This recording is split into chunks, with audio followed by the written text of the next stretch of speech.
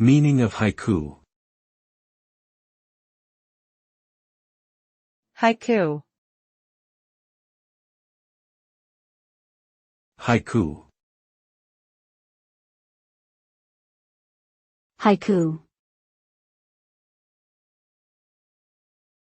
Haiku. Haiku is a form of Japanese poetry that typically consists of 3 lines. The first and third lines have 5 syllables, while the second line has 7 syllables. Haiku poems are often inspired by nature and aim to capture a moment or feeling in a few simple words.